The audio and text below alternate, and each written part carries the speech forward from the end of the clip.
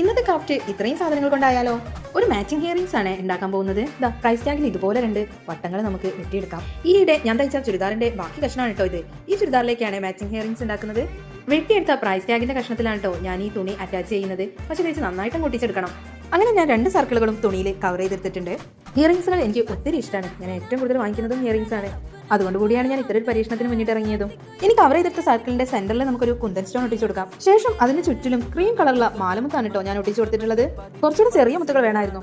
സാരമില്ല, ഇനി ഇത് വെച്ച് അഡ്ജസ്റ്റ് ചെയ്യാം. കമലിന്റെ ബാക്കിൽ ഉപയോഗിക്കുന്ന സ്റ്റെഡ് നമുക്ക് മേടിക്കാൻ കിട്ടും. ഞാനിവിടെ പഴയൊരു കമലിന്റെ സ്റ്റെഡ് ഇളക്കിയെടുത്താണ് കേട്ടോ ഇവിടെ യൂസ് ചെയ്തിട്ടുള്ളത്. ഫൈനൽ ലുക്ക് കണ്ടപ്പോൾ എനിക്ക് ഒത്തിരി ഇഷ്ടപ്പെട്ടു. കാരണം ഞാൻ വിചാരിച്ചതിനേക്കാളും നന്നായിരുന്നു. ഈ ചുരിദാറിന്റെ ബാലൻസ് വന്ന ക്ലോത്ത് ഉപയോഗിച്ചിട്ടാണ് കേട്ടോ ഈ ഇയറിംഗ്സ് ഉണ്ടാക്കിയിട്ടുള്ളത്. എന്തായാലും ഞാൻ ഈ കമൽ എന്നിട്ട് നോക്കാവേ. എന്നിട്ട് നിങ്ങൾ അഭിപ്രായം പറയണേ എങ്ങനെയുണ്ട് എന്നുള്ളത്. എനിക്ക് ഒരുപാട് ഇഷ്ടമായി. ഇനി കമൽ ലവേഴ്സ് ഒന്നും വിഷമിക്കേണ്ട. നമ്മുടെ ഡ്രസ്സിന് മാച്ചായ കമലുകൾ നമുക്ക് തന്നെ ഉണ്ടാക്കാവുന്നേ ഉള്ളൂ. എങ്ങനെയുണ്ട്? നിങ്ങൾക്ക് ഇഷ്ടമായോ? ഇഷ്ടമെങ്കിൽ ഒന്ന് സപ്പോർട്ട് ചെയ്യണേ. കൂടുതൽ വിശേഷങ്ങളായിട്ട് നമുക്ക് വീണ്ടും കാണാം. Okay, by.